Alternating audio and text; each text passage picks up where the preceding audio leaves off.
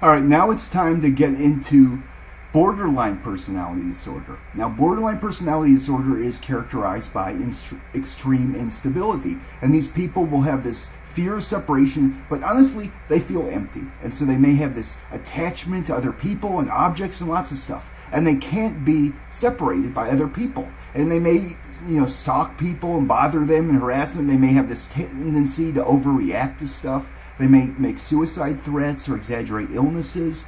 And this is one personality disorder where somebody is like the person in Fatal Attraction. And it's usually in women, but there are men with this personality disorder too. And they can feel extremely suicidal certain times, and they can be extremely unstable. They tend to have this kind of quality where it can lead to criminal problems, whereas a borderline person may kill their spouse and try and kill themselves. And you can see that kind of personality in those cases. And so, as forensic scientists, you start to see more of this extreme instability and this need for approval with a lot of borderline people, where they may feel they constantly want to get attention, and they're kind of empty, and so they live to act out.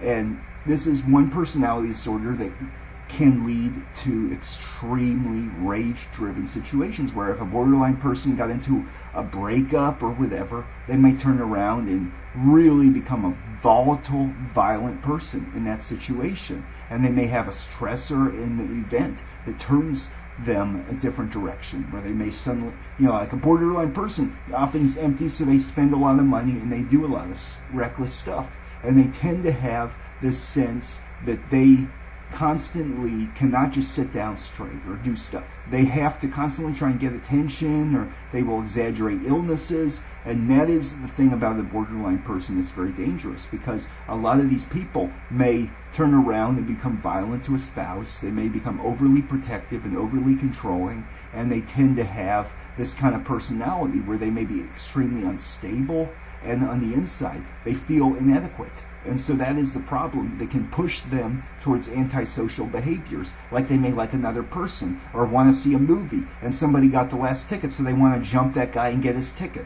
or stuff like that. And, they have this kind of borderline thing that drives them into behaviors. And, this is one thing that the criminal justice field has seen a lot of, where you see Dahmer, who was scared of people leaving him. And so he was, trying to make sure that they would stay with him the whole time. And he was intensively feared of isolation. And so, on the other hand, he was antisocial and deceitful, the way he played the judge and then abused his probation, killing people, and tried to say it's a crime of love. I don't hate anybody. I love them all. No, he's trying to justify his behavior. He's also antisocial, so he was like a psychopath with multiple personality disorders. And, this is where you will see this kind of personality a lot, where there are very unstable people that may tend to have very obsessive thoughts and very excessive behaviors and stuff like that in borderline cases. And this is one thing that will lead to maybe obsessive stalkers in certain cases. And it can also lead to very overindulgent personalities, lots of drug use, and it can even lead to antisocial behavior. And extreme instability, where they may get into a fight with another person, or they may get into a violent, rage-driven situation. And so, like a borderline man would probably be a feminine guy that gets attached to people too fast. And, a borderline woman would feel like, oh my God, where is he? I got to find where he is. And they're calling him like 5 times at work. So, that's my video, and thanks for watching.